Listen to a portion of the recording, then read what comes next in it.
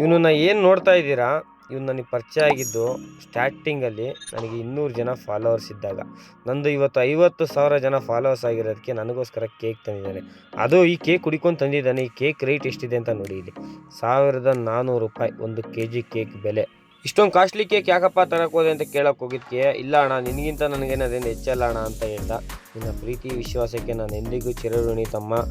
ಮಿಡ್ನೈಟು 12 ಗಂಟೆಯಲ್ಲಿ ನಾವು ಈ ಕೇಕ್ನ ಕಟ್ ಮಾಡಿದ್ವಿ. ನನಗಂತೂ ತುಂಬ ಖುಷಿಯಾಗೋಯ್ತು ಇದರಿಂದ. 200 ಜನ ಫಾಲೋವರ್ ಇದ್ದಾಗ ಇವನು ನನ್ನ ಹತ್ರ ಬಂದುಬಿಟ್ಟು ಒಂದು ಸೆಲ್ಫಿ ಕೊಡಿಯೋಣ ಅಂತ ಕೇಳ್ತಾನೆ. ನನಗೇನೋ ಒಂಥರ ಖುಷಿ ಆಗುತ್ತೆ, ಫಸ್ಟ್ ಟೈಮ್ ನನ್ನ ಹತ್ರನೇ ಯಾರೋ ಒಬ್ರು ಸೆಲ್ಫಿ ಕೇಳ್ತಾ ಇದ್ದಾರೆ ಅಂತ. ಅವತ್ತು ಸೆಲ್ಫಿ ಹೊಡ್ಕೊಂಡು ಇವನು ಡಿ ಪಿಲಿ ಫೋಟೋ ಹಾಕ್ಕೊಂಡಿದ್ದು, ಇವತ್ತಿಗೂ ಕೂಡ ಅದೇ ಫೋಟೋ ಇಟ್ಟಿದ್ದಾನೆ ಇನ್ಸ್ಟಾಗ್ರಾಮಲ್ಲಿ. ನಿನ್ನ ಪ್ರೀತಿ ವಿಶ್ವಾಸಕ್ಕೆ ನಾನು ಎಂದಿಗೂ ಚಿರಋಣಿ ತಮ್ಮ. I love you.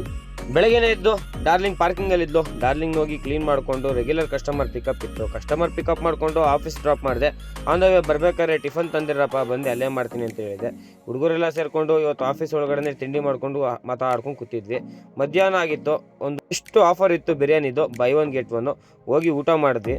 ಮಧ್ಯಾಹ್ನದ ಮೇಲೆ ಯಾವುದೇ ರೀತಿ ವಿಡಿಯೋನ ಶೂಟ್ ಮಾಡಲಿಲ್ಲ, ಅದರಿಂದ ಯಾವುದೇ ಲಾಗ್ಸ್ಗೂ ಹಾಕಿಲ್ಲ, ದಯವಿಟ್ಟು ಕ್ಷಮೆ ಇರಲಿ.